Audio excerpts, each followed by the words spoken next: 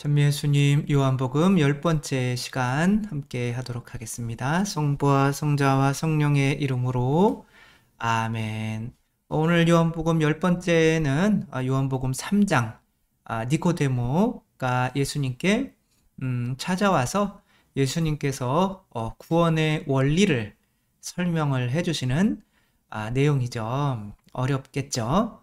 그러나 이 흐름 가운데에서 요한이 미리 앞에 1, 2장에서 어떻게 구원되는 것인지 그 초석을 좀 깔아 놓은 상태에서 이제 3장이 시작되는 거죠. 근데 제가 볼 때는 이 3장을 위해서 이렇게 그거를 준비하지 않았을까 싶을 정도로 구원의 모든 핵심적인 원리가 들어가 있다고 봐도 과언이 아니죠. 개신교 분들은 이렇게 툭 치면 3장 16절이 나오죠. 그쵸? 하느님께서는 이 세상을 너무나 사랑하신 나머지 당신의 외아들을 주셔서 누구든지 그를 믿는 이들은 멸망하지 않고 영원한 생명을 얻게 하셨다. 왜 우리가 그리스도를 믿지 않으면 멸망을 하는지에 대해서 요번에서 명확히 이해를 하지 못하면은 저처럼 이렇게 말을 더듬게 되는 상황이 벌어지겠죠.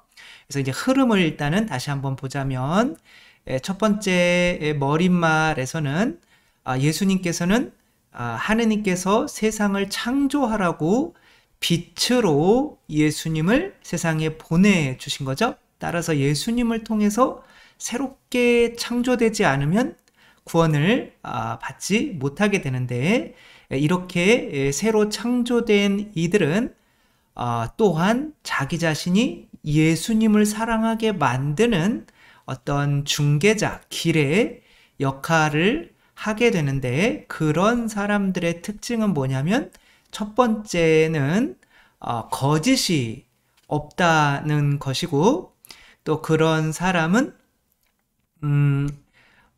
성모 마리아가 하나의 혼인잔치에서 예수님과의 사이에서 어떠한 표징이 일어나게 되는, 어쩌면 표징 자체가 성모 마리아가 되신 거죠. 그러니까 성모 마리아를 통해서 물이 포도주로 변하는 걸 보고 사람들이 뭘 가지게 됐어요? 믿음이라고 하는 거를 가지게 됐죠.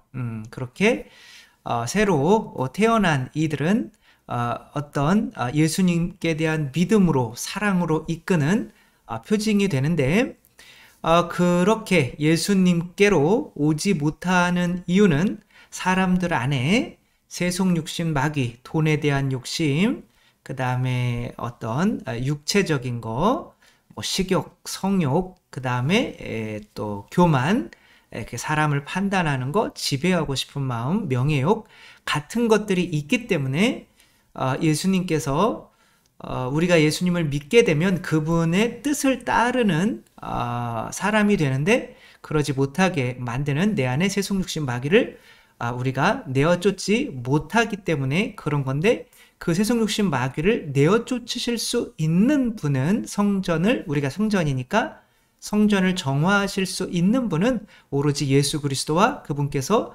후려치시는 성령의 채찍밖에 없다라고 하는 거죠.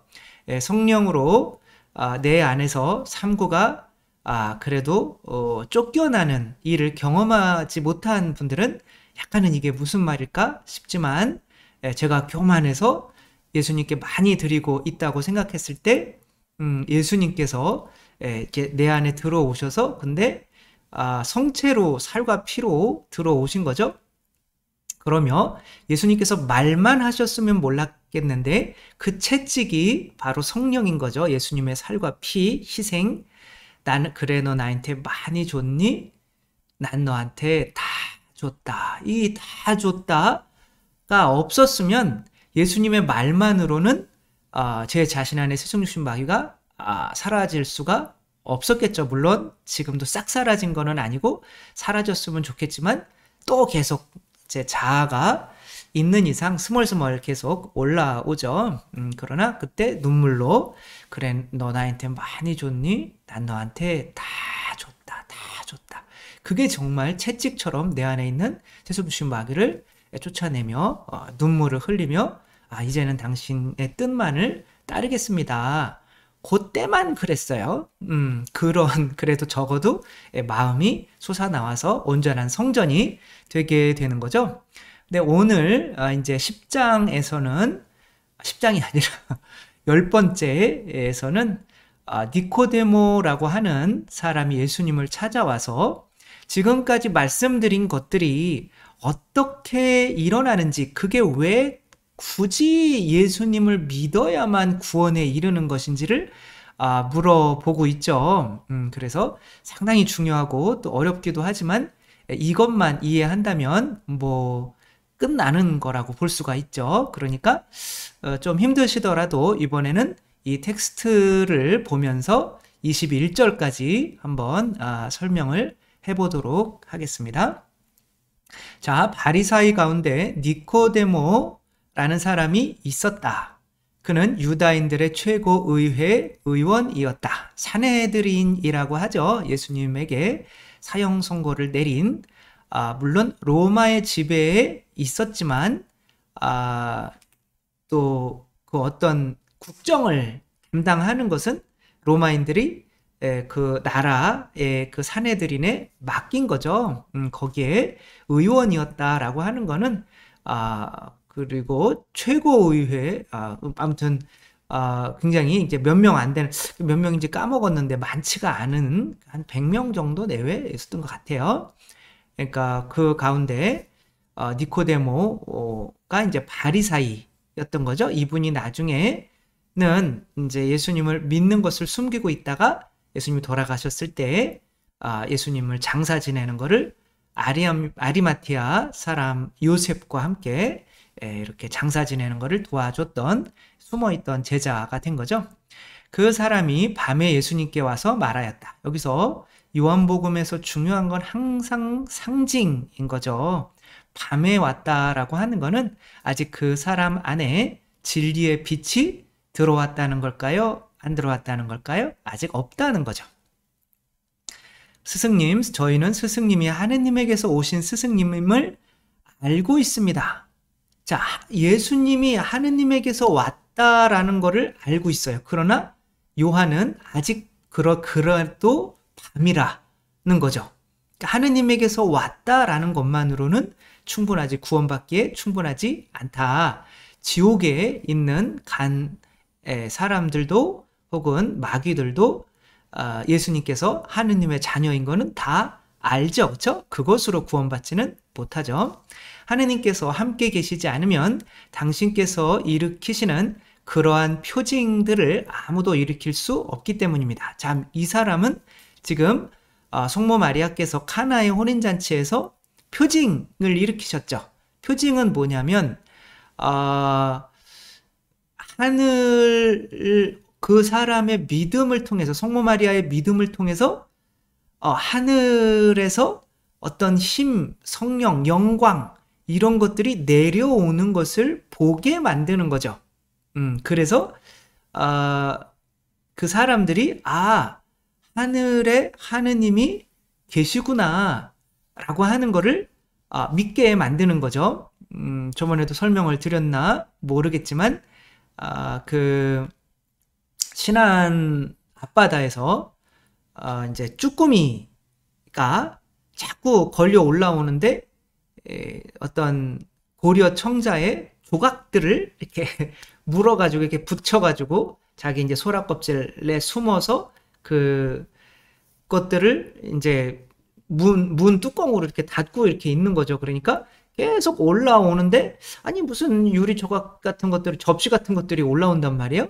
그게 표징인 거죠. 그 밑에는 아무것도 안 보여요. 그러나 그 바다 밑에 혹시 고려 청자를 싣고 가던 보물선이 있을 수 있겠구나. 그러니까 이 쭈꾸미는 표징인 거죠.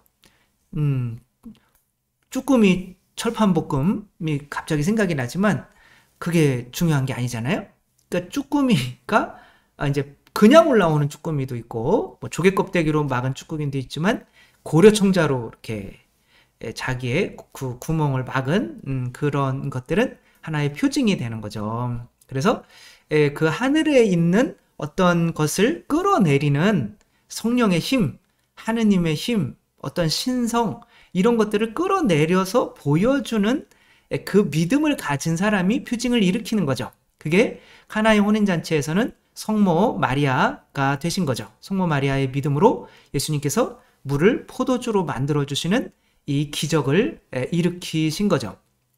그러니까 표징이라고 하는 거는 하느님께서 직접 하신다는 것보다는 사람들이 볼 수 있는 어떤 마리아의 수준, 인간의 수준, 이런 사람들이 치유의 기적도 하고 뭐 어떤 기적도 일으키고 어떤 말씀의 은사로 큰 깨달음을 얻게도 하고, 야, 저거는 사람의 입에서 나오는 말이 아니다, 뭐 이런 것들을 하게 되면 그 사람들 안에 믿음이 생기는 거니까 이 사람도 이제 그런 표징을 받던 거죠. 그러나 그런 표징을 본다고 구원받는 거는 아니다라고 하는 거죠. 그래서 예수님께서는 그에게 3절에 보면 이렇게 이르시는 거예요. 내가 진실로 진실로 너에게 말한다. 누구든지 위로부터 태어나지 않으면 하느님의 나라를 볼 수 없다. 자, 밑에서부터 태어날 수도 있고 옆에서부터 태어날 수도 있고 위로부터도 태어날 수가 있다라는 얘기인가요? 뭐죠? 그래서 위로부터 태어난다는 거는 여기에서는 하늘에 계신 우리 아버지 하죠. 하느님이 왜 땅에는 안 계실까요? 땅은 아래잖아요. 그렇죠? 그러니까 하느님은 하늘에 계신 거예요. 그러니까 우리가 상징적으로 하자면 땅은 빼버린 거야. 왜? 땅은 이제 사랑이 없는 어둠을 의미하고 하늘은 사랑이 가득한 빛을 의미하는 거죠. 그래서 더 큰 사랑에서 그 더 큰 능력을 가진 사랑의 능력을 가진 사람으로부터 새로 태어나지 않으면 그 하느님 나라에 살 수가 없게 된다는 말을 하시는 거죠. 그러니까 표징이라고 하는 것은 그것을 보고 하느님이 계시다라고 끝나는 것이 아니라 새로 태어나야 된다는 거죠.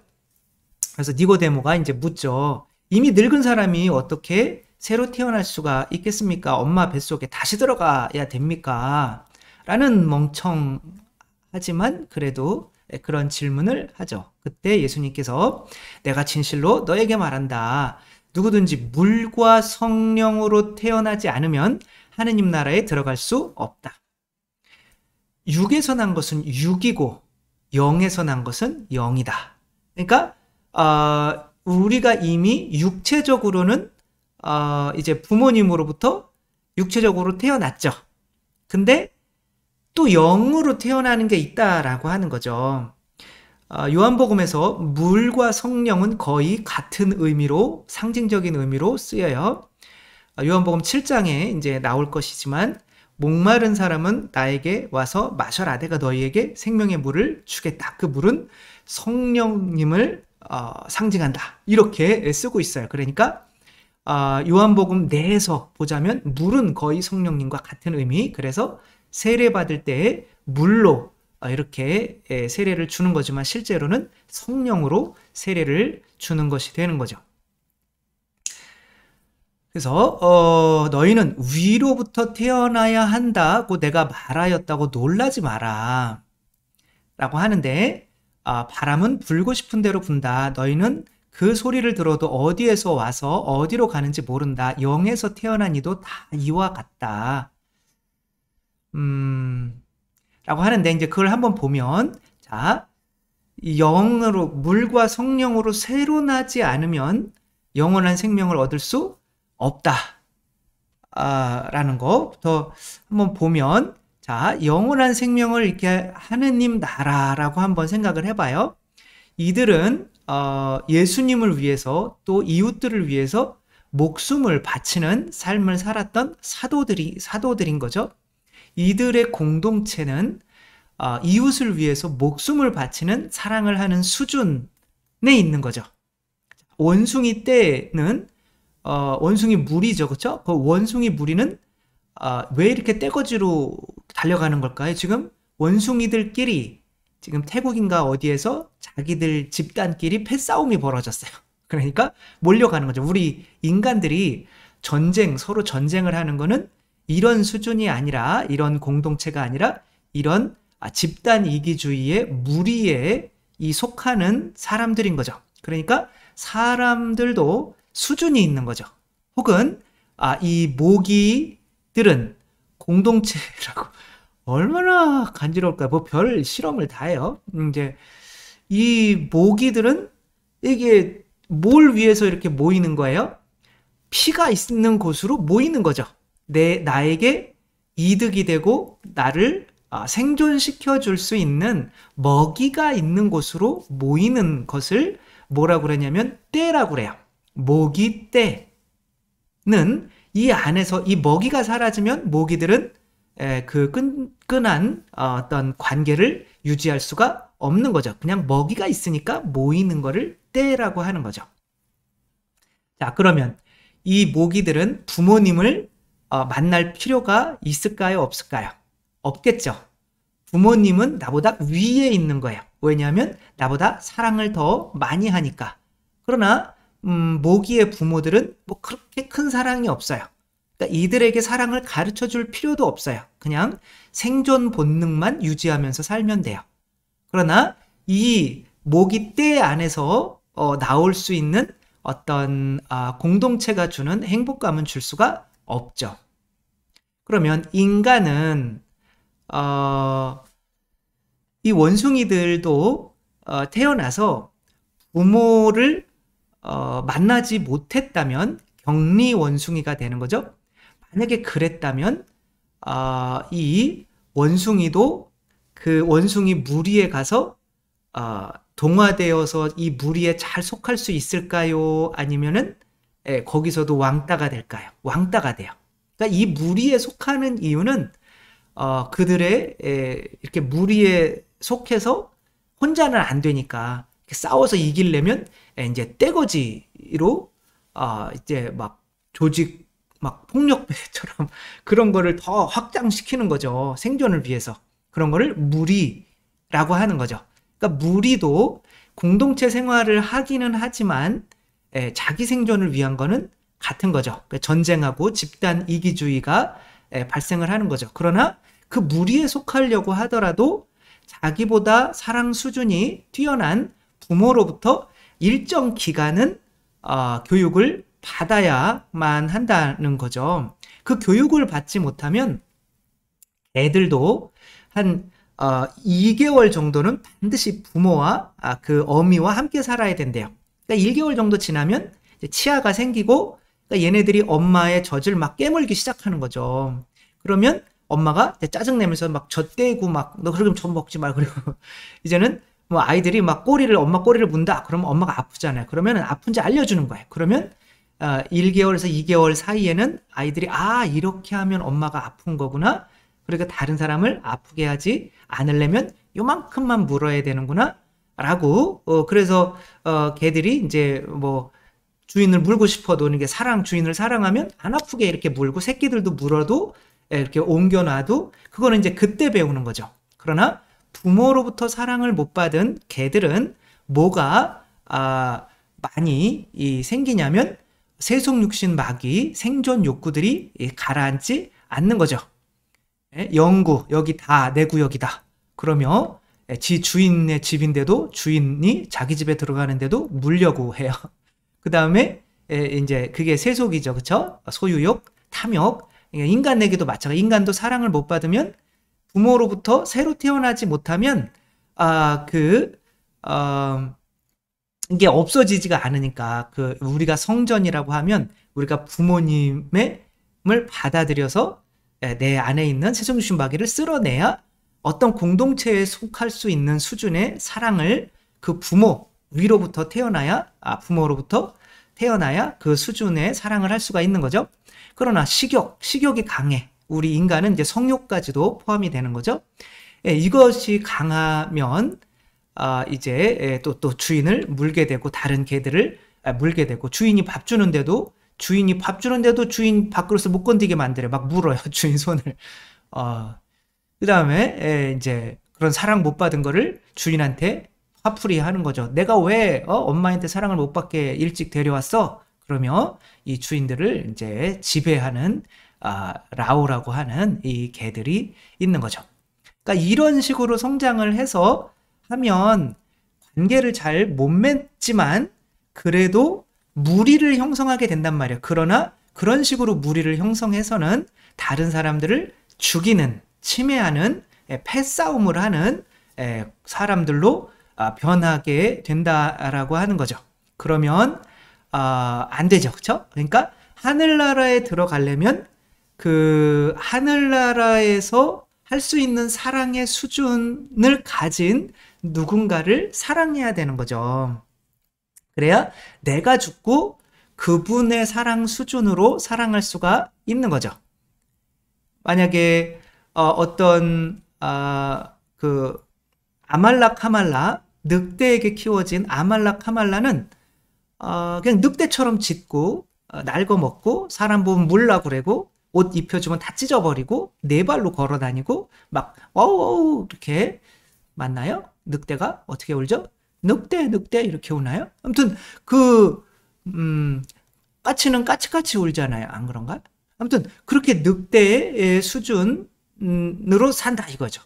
그런데 이제 아무리 인간의 겉모습으로 태어나도 그 아이는 늑대로부터 뭘 먹었기 때문에 젖을 먹고 그렇기 때문에 그게 이제 바로 성령인 거죠. 피.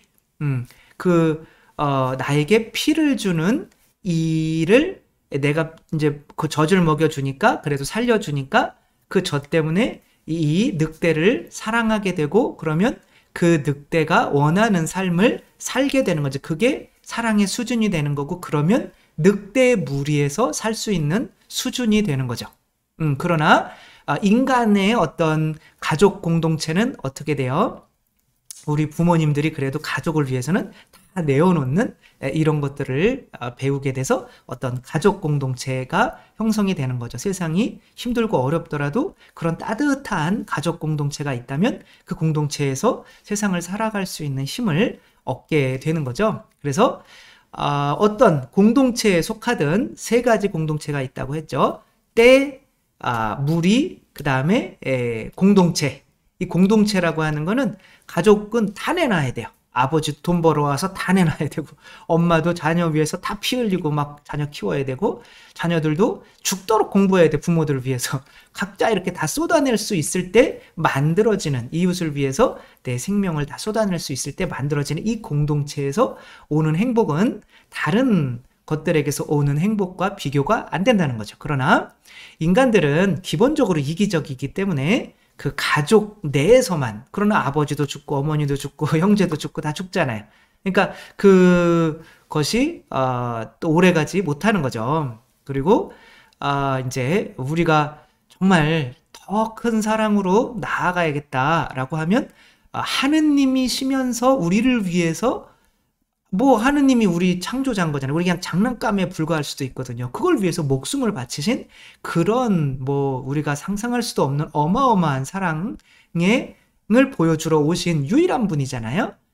그래서 늑대에게 속하려면 늑대 사회에 속하려면 늑대 사회에 이미 속할 수 있는 능력을 가진 이를 사랑하면 되는 거죠. 인간 사회에 속하려면 어떤 인간 가족 안에서 그 속할 수 있는 능력을 가진 이를 그 부모님이 서로 부부끼리 잘 사랑하는 그런 수준을 가진 이의 그런 수준이라면 거기 밑에서 태어나서 그 부모님을 사랑하게 되면 나도 그 부모님만큼 성장할 수 있게 되는 거죠. 그래서 물과 성령이라고 하는 거는 그냥 피라고 보면 되는 거예요.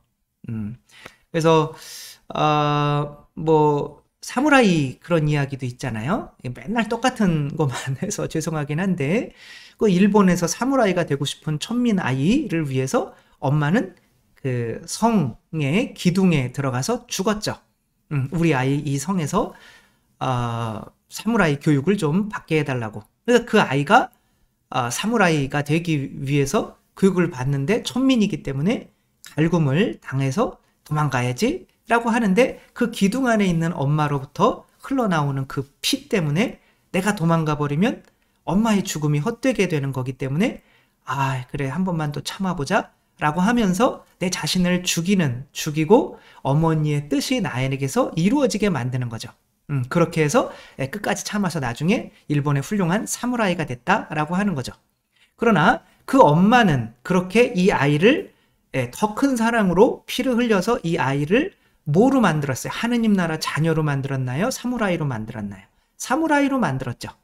그러니까 사랑을 주어서 새로 태어나더라도 더 큰 사랑으로 나는 하느님과 같은 사랑을 할 거야 라고 하는 사람이라면 이제 그 아이가 엄마를 사랑해서 엄마의 피를 헛되지 않게 하기 위해서 새로 태어난 것처럼 우리 같은 경우는 하늘나라에 속하려면 하늘에서 이미 속해 있던 분이 내려오셔서 우리에게 그 피를 주실 때 살과 피를 성체 성렬로 영하죠. 그 분을 사랑하지 않으면 하늘나라에 들어갈 수 있는 수준은 안 되는 거죠. 사무라이가 됐다고 해서 하늘나라로 들어갈 수가 없는 거죠. 그러니까 우리가 구원받기 위해서 영원한 생명을 얻기 위해서 하늘나라에 속하기 위해서 사랑해야 되는 분은 하늘나라에서 그 피를 내어주러 오신 오로지 예수 그리스도밖에 없다는 거죠. 그래서 우리의 구원은 예수 그리스도를 우리에게 살과 피를 내어주시는 예수 그리스도를 사랑하는 방법밖에 없다라고 이렇게 말할 수 있는 거죠. 그래서 한번 이제 내용을 한번 계속 보면 이제 그런 이야기인 거예요. 핵심적인 이야기는 자, 물과 성령이 이제 그러니까 피인 거죠. 당신이 이제 피 흘려 주시겠다는 거 십자가에서 그래서 예수님의 옆구리를 찔렀을 때 피와 물이 나왔다 이렇게 하는 거는 바로 바로 성령이랑 연결시켰죠. 여기서 그 성령이 예수님의 옆구리에서 나왔다. 그게 교회 내에서 칠성사로 우리를 새로 태어나게 만드는 거죠. 그래서 이제 영으로 새로 난다는 거는 더 큰 수준의 높은 수준의 사랑을 할 수 있는 사람으로 되는 거죠. 근데 그 사람은 바람이라고 하는 거는 루아흐 그러면 뭐냐면 성령을 의미해요. 그러니까 성령의 뜻 아까 사무라이는 천민들은 내가 천민이니까 어떻게 사무라이가 감히 될 수 있어 이렇게 생각할 수 있지만 그 엄마의 그 뜻이 이 아이에게서 이루어지는 거죠. 나 같으면 그거 다 집어치우고 도망갔겠다. 그렇지만 얘는 안 도망가요. 왜? 그 하느님의 뜻, 아니 그 엄마의 뜻이 그 피로 내 안에 들어와서 그 뜻대로 움직이기 때문에 이 사람은 예측할 수가 없어요. 이것을 진짜 자유라고 하는 거죠. 아닌데요. 나는 내 마음대로 사는데요. 내 마음대로 사는 게 아니라 내 안에 있는 자아, 뱀, 세속육신 마귀의 노예 생활하고 있는 거예요. 진짜 자유는 하느님 그 나를 사랑해 주신 위에 나보다 그 사랑이 더 높은 분으로부터 그 피를 받아서 나는 내 뜻이 아니라 이 엄마의 뜻을 따라줘야겠다라고 하니까 같은 수준의 사람들은 이 엄마 더 높은 사랑의 수준의 이 엄마가 어떻게 하는지를 알지를 못해요. 그래서 저 사람은 왜 저러지? 저 사람은 왜 저러지? 마더 데레사는 왜 저러지? 그 의사까지 돼가지고 이태석 신부님은 왜 저러지? 가서 왜 죽지? 뭐 이런 걸 이해를 못하는 거죠. 그래서 근데 그것이 진짜로 참다운 자유다. 근데 그들은 알지를 못해요. 왜? 그 정도 수준이 무엇을 어떻게 하는지를 알 수 있는 사랑의 수준이 아니기 때문에 새로 태어나지를 못했기 때문에 예수님을 세상 사람들은 이해를 할 수가 없었던 거죠. 왜 십자가에 못 박히지 하느님이? 근데 이런 것들을 우리는 이해할 수가 없는 거죠. 왜? 아버지의 뜻, 성령에 의해서 당신 자신을 움직이게 하기 때문에 그런 거죠. 자, 나는 진실로 너희에게 말하는데 우리는 우리가 아는 것을 말하고 본 것을 증언한다. 그러나 너희는 우리의 증언을 받아들이지 않는다. 왜? 수준이 다르다. 내가 세상 일을 말하여도 너희가 믿지 않는데 하물며 하늘 일을 말하면 어찌 믿겠느냐. 그러니까 이런 새로 태어남이 세상에서 있다는 거예요? 없다는 거예요? 있다는 거예요. 이미 세상에서도 새로 태어나는 일이 있는데 그것도 믿지 않으면 어떻게 하늘의 일을 믿겠느냐 이런 거죠. 그러니까 진화론자들은 아니에요. 사랑은 저절로 내 안에서 생겨나는 거예요. 이렇게 하는 거죠. 부모가 없어도 두 발로 걸을 수 있고 부모가 없어도 말을 이렇게 능력으로 배울 수 있고. 그러니까 진화론자들은 그러니까 우리는 부모가 이미 이 세상에 속한 부모가 없었으면 두 발로 걸을 수도 없고 지금 늑대한테 키워주면 똑같은 거죠. 네 발로 걷는 짐승. 그러니까 더 높은 수준의 누군가로부터 새로 태어나야만 우리는 그 수준까지 올라갈 수 있다. 라고 이야기하는 거지만 세상에 뭐 8, 90% 이상은 다 진화론을 믿잖아요. 아니에요. 우리는 스스로 두 발로 걷게 된 거고 스스로 세상에 속할 수 있는 능력을 갖추게 된 거예요. 이미 그 정도 수준에 있는 사람이 있었다면 진화론이 말이 안 되는 거죠. 원숭이에서 저절로 두 발로 걷고 저절로 사회생활을 할 수 있는 인간으로 됐다라는 게 진화론인데 우리는 아니다. 이미 인간의 수준이 있어서 그 인간의 부모가 얘를 두 발로 걷게 하고 이렇게 새로 태어나게 한 거다. 그러니까 하느님께서는 인간을 미리 그렇게 만들지 않았으면 이제 새끼가 아니라 애기가 새로 자꾸 걔는 훌륭하다 생각을 하니까 이제 그렇게 되는 거죠. 그러니까 그거 먼저 믿어라. 인간 사회 세상에서도 이 세상에서도 반드시 위로부터 새로 태어나는 게 있다라고 하는 거죠. 그래서 16절을 이제 위대한 절인 거죠. 그래서 하느님께서는 세상을 너무나 사랑하신 나머지 외아들을 내주셔서 그를 믿는 사람은 누구든지 멸망하지 않고 영원한 생명을 얻게 하셨다. 그러니까 아버지께서 이제는 이제 누구를, 그러니까 예수님을 어머니라고 보시면 돼요. 이제 아버지는 보이지 않아.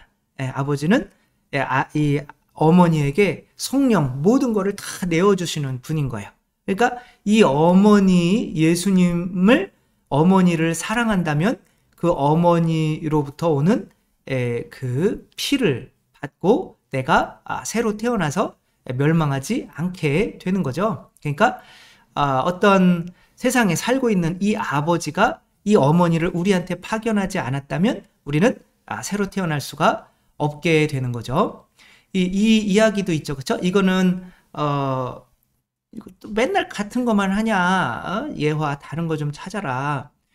찾아주세요, 여러분. 아무튼 이 무덤에서 엄마 그때 얼마나 추우셨어요? 라고 하면서 자기 겉옷을 벗어서 이 엄마를 덮어주는 거죠. 이게 사랑이죠.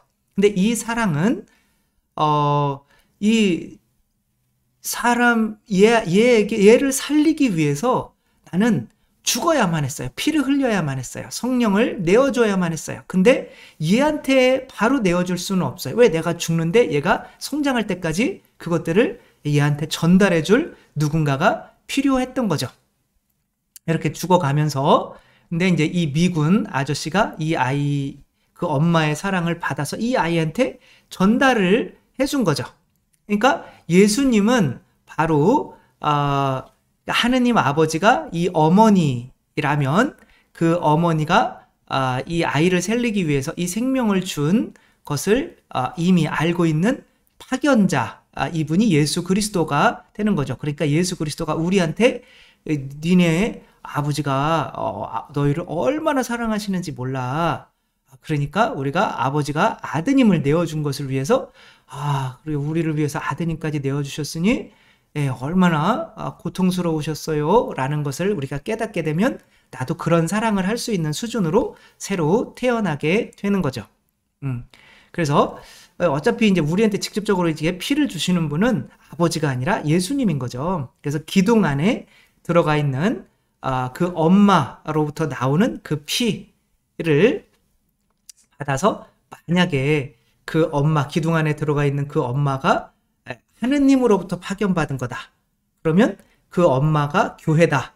라고 하면 그 엄마가 바라는 건 뭐겠어요? 아버지처럼 되는 거겠죠. 그럼 사무라이가 되지 않고 하느님의 자녀가 될 수가 있는 거겠죠. 그러니까 그 기둥 안에 들어가 있어서 안 보여요. 지금 예수님은 안 보여요. 오로지 우리가 살과 피를 먹고 마실 때 거기에서 흘러나오는 그 고통만 보이는 거죠. 희생만 보이는 거죠. 양식, 성령만 보이는 거죠.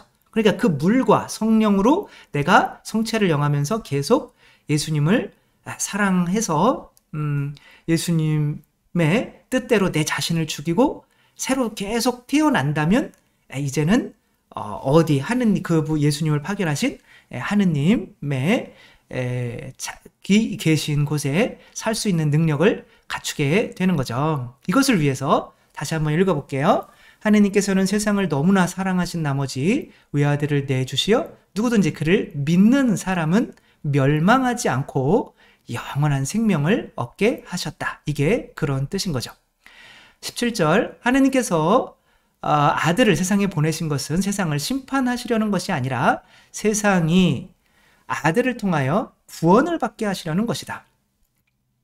자, 이제 내가 늑대한테 태어났어요. 그래가지고 늑대 태어난 게 아니라 이제 늑대 무리에서 자랐어요. 아기 때. 그러니까 나는 늑대인 줄 알아. 그러면 이미 심판을 받은 거예요. 인간 사회에서는 살 수가 없고 인간이 만들 수 있는 공동체에서 오는 그 행복감은 맛볼 수 없게 되는 거죠. 마찬가지로 나는 인간이야. 이렇게 인간에게서 태어나서 내 부모님은 누구고 내 부모 이분들이 날 만든 거야 라고 하고 있다면 그 사람은 하느님 나라에 태어날 수가 없죠. 그래서 나의 진짜 아버지는 하느님이시고 나를 새로 태어나게 해주시는 분은 예수 그리스도이시고 그분이 성령을 통해서 내 안에 들어와서 나도 하느님의 자녀가 된다고 믿는 사람만이 이제는 하느님 나라에 살 수 있는 사랑을 실천할 수 있는 수준이 되기 때문에 그 사람만 구원을 받게 되는 거죠. 따라서 이 세상은 이미 다 심판을 받은 거예요. 지옥 가기로. 그걸 원죄라고 하는 거죠. 그러나 예수님을 통해서 새로 태어나는 사람만, 천민들은 사무라이가 될 수가 없어요. 다 심판을 받은 거예요. 이미 하늘나라에 들어올 수가 없어요. 그러나 목숨을 바쳐서 얘를 사무라이로 만들 수 있는 그 어머니의 기둥 안에 들어가서 피를 흘릴 수 있는 그 어머니의 사랑을 받은 그 자녀만 다 불가능하지만 하느님의 사무라이로 새로 태어나는 그걸 구원이라고 하는 거죠. 그러니까 예수 그리스도를 통하지 않고서는 그분께서 오는 성령 그 사랑을 우리가 예수님을 사랑하지 않고서는 결코 새로 태어나서 구원받는 일은 없는 거죠. 그러니까 예수님께서는 세상을 심판하러 오신 게 아니라 좋은 사람, 나쁜 사람 이미 다 지옥이란 말이에요. 거기에서 당신을 믿는 이들만, 당신의 사랑을 믿는 이들만 이제 구원을 해주신다라는 뜻인 거죠. 18절 아들을 믿는 사람은 심판을 받지 않는다. 그러나 믿지 않는 자는 이미 심판을 받았다. 하느님의 외아들의 이름을 믿지 않았기 때문이다. 이름은 항상 뭐라고 그랬어요? 본성, 사랑, 희생, 성령이라고 그랬죠. 그렇죠? 그러니까 그 기둥에 어머니가 들어있고, 그러니까 어머니가 우리를 이렇게 사랑하셔서 그 기둥 안에서 어머니가 흘려보내주는 그 피, 그게 그분의 사랑이고 그분의 본성이란 말이에요. 그것을 믿지 않으면은 당연히 이 아이가 이 안에 어머니 없는데? 그러면 이게 하느님께서 아드님을 보내셨다는 걸 믿지 않는 거잖아요. 그렇죠? 그러면 기둥이 없어. 그러면 귀족들이 갈구니까 그냥 나는 집에 가야지. 그러면 사무라이가 못 되는 거잖아요. 그러니까 예수님께서 우리를 위해서 피를 흘리셨다는 것을 믿어야만 하는 거죠. 그리고 그 피가 그 양식으로 살과 피가 지금도 우리에게 성체 성혈로 오고 있다는 것을 믿어야만 심판을 받지 않게 되는 거죠. 구원을 받게 되는 거죠. 그 심판은 이러하다. 빛이 이 세상에 왔지만 사람들은 빛보다 어둠을 더 사랑하였다. 그들이 하는 일이 악하였기 때문이다. 바리사이들은 돈을 좋아하는 사람이었어요. 그러나 사랑은 내 돈을 내어주는 일을 하는 거죠. 그러니까 내가 구원을 받으려고 하는 마음이 있어야겠죠. 근데 내 하는 행실이 악하면, 나는 돈 좋아하는 인간이야. 악하면 당연히 예수님 빛으로 우리를 새로 태어나게 하기 위해서 오셨지만 예수님을 믿지 않고 사랑하지 않게 되겠죠. 빛을 꺼버리게 되겠죠. 그래서 예수님이 이제 이 세상에서 죽게 되는 거죠. 그래서 예수님을 사랑하지 않는 사람은 더 높은 사랑으로 올라가고 싶은 마음이 없는 거고, 그것은 핑계로 예수님이 나타나서 나한테 뿅 하고 얼굴 좀 보여달라고 그래. 예수님이 기적 좀 보여달라고 그래. 그럼 믿을게 라고 하는 거지만 실제로는 내가 돈을 더 좋아해서 그 더 높은 사랑으로 올라가서 내가 돈 좋아하는 거를 잃게 될까봐, 내가 명예를 잃게 될까봐, 내가 어떤 성적인 죄를 짓는 것을 잃게 될까봐 그냥 예수님을 빛을 거부하고 있으면서 예수님의 믿을 증거를 보여줘 이렇게 얘기를 하는 거죠. 바리사이들이 계속. 그러나 우리는 이 세상 건 다 필요 없고 더 큰 사랑으로, 그래서 더 수준이 높은 공동체 하느님 나라의 백성에 이르기 위해서 우리가 해야 될 유일한 것은 바로 하느님께서 파견하신 예수 그리스도를 사랑하는 일인 거죠. 그러니까 예수님을 사랑하는 이유는 나에게 돈 많이 벌게 해주고 뭐 이런 명예를 주고 성공시켜주고 이런 것이 아니라 나를 위해서 피를 흘려서 더 높은 수준의 사랑을 할 수 있게 만들어주기 때문에 예수님을 사랑할 수밖에 없는 거죠. 그래서 여러분은 더 높은 사랑으로 나를 이끌어주시는 예수님을 그래서 사랑한다면 여러분들은 구원받았다고 확신을 하셔도 좋고, 아직도 예수님을 우리의 잘되게 해주시고 돈 많이 벌게 해주시고 그런 식으로 사랑한다면 예수님이 우리를 집을 망하게 하거나 그러면 이제 더 이상 사랑하지 않겠죠.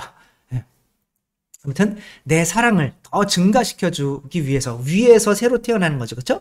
더 높은 수준을 사랑의 수준을 가지고 있어서 내가 더 높은 수준으로 끌어올려줄 분이기 때문에 그걸 위해서 나를 위해서 피를 흘려주시기 때문에 내가 그 사무라이가 된 애가 엄마를 사랑하듯이 내가 예수님을 사랑할 수 있다면 그 사람은 반드시 이제 진리의 빛으로 나아가고 있는 거죠. 그래서 21절 보면 그러나 진리를 실천하는 이는 진리를 실천한다는 게 뭐예요? 진리가 뭐예요? 사랑이죠. 그렇죠?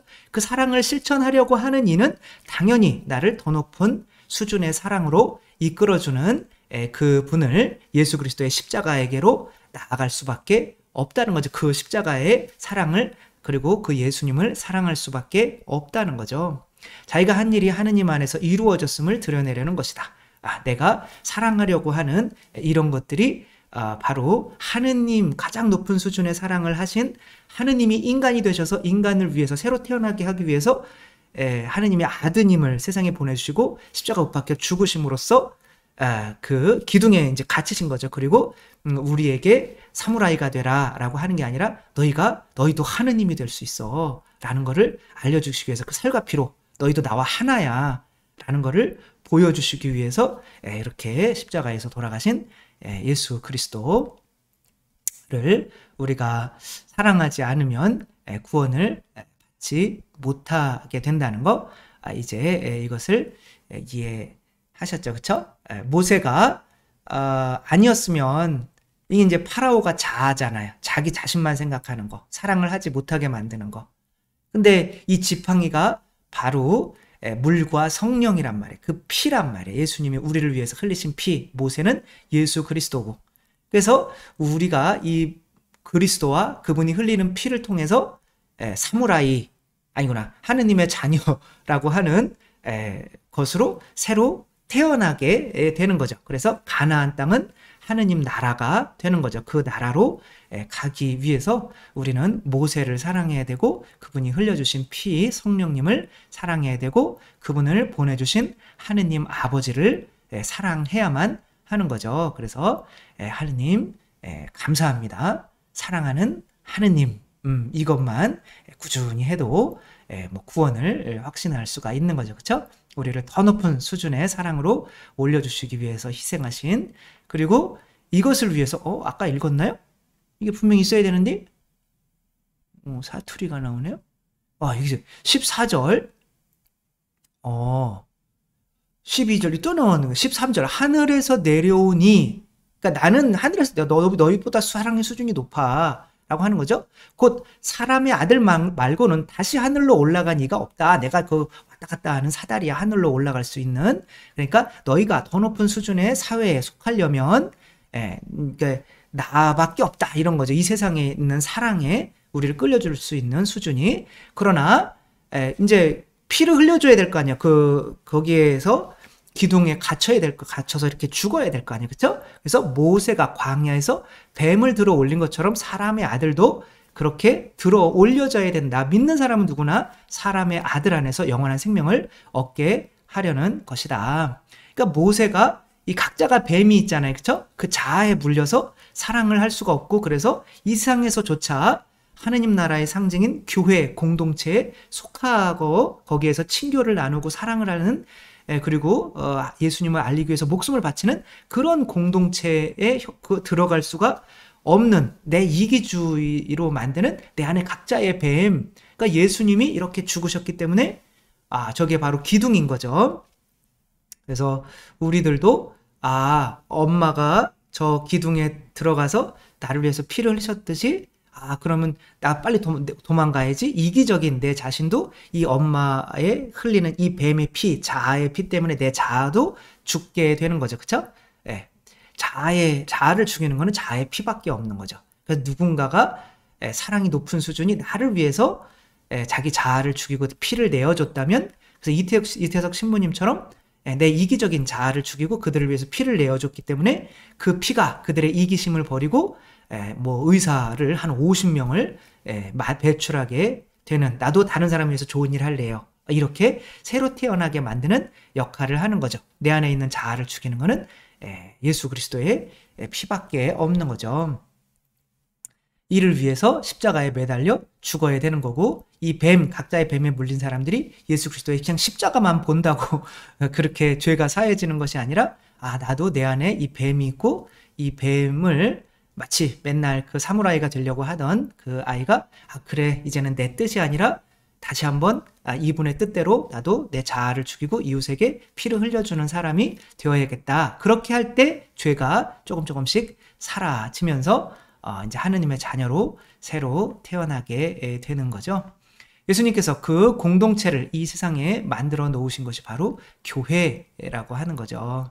그 교회가 안으로 너희들이 서로 사랑하는 것을 보면 세상 사람들이 너희가 내 제자라는 것을 알게 될 것이다. 그렇게 말씀을 하시죠. 그래서 우리는 이 세상에서 바로 하느님 나라를 재현하는 교회 공동체를 만들어야 돼요. 괜히 그냥 성체만 뭐 영하고 왔다 갔다 하는, 그거는 목이 떼예요, 떼. 그렇게 하면 안 돼요. 그 다음에 아니면 뭐 우리 성당, 니네 성당 막 이렇게 서로 막 싸우면 그거는 무리예요, 무리. 그건 아니고 바로 이웃에게 복음을 전하기 위해서 피를 흘려줄 수 있는 이 정말 생명의 예수 그리스도, 둘이나 셋이 모인 곳에 나도 함께 있겠다고 하셨잖아요. 그렇죠? 그 예수 그리스도께서 이 세상에 만들어 놓고 가신 이 교회가 또 다른 예수 그리스도의 일을 하는 거죠. 이 교회가 이제 또 세상의 사람들을 위해서 복음을 전하기 위해서 피를 흘려주는 거고, 그 엄마 역할을 하는 거죠. 그러면 이 세상 사람들이 또 나도 그럼 저 공동체에 한번 속해볼까? 그러니까 가나안 땅, 에덴 동산, 하느님 나라의 상징이 바로 이 교회 공동체가 되는 거죠. 그래서 우리 각자는 각자의 성당에서 하느님 나라를 상징하는 이 공동체들이 형성이 되어야 되고, 사람들이 저기에 속하기 위해서 새로 태어나게 세례받고 견진받고 성체를 통해서 새로 태어나게 하는 그런 일이 계속 이 세상에서 일어나게 만드는 것이 바로 선교가 되는 거죠. 오늘 이 핵심적인 이야기, 니코데모에게 예수님께서 밤에 하시며 이에게 빛을 주신 것처럼, 어쩌면 뭐 제가 다 완전히 이해하는 건 아닐 수 있어도 저의 이야기가 또 많은 분들에게 빛이 되어서 구원의 빛으로 나올 수 있는 또 그런 좋은 은총이 되었으면 좋겠습니다. 주님께서 여러분과 함께 전능하신 천주 성부와 성자와 성령께서는 여기 모인 모든 이에게 축복을 내리시어 길이 머물게 하소서. 주님과 함께 가서 복음을 전합시다. 하느님 감사합니다. 성부와 성자와 성령의 이름으로 아멘. 감사합니다. 사랑합니다.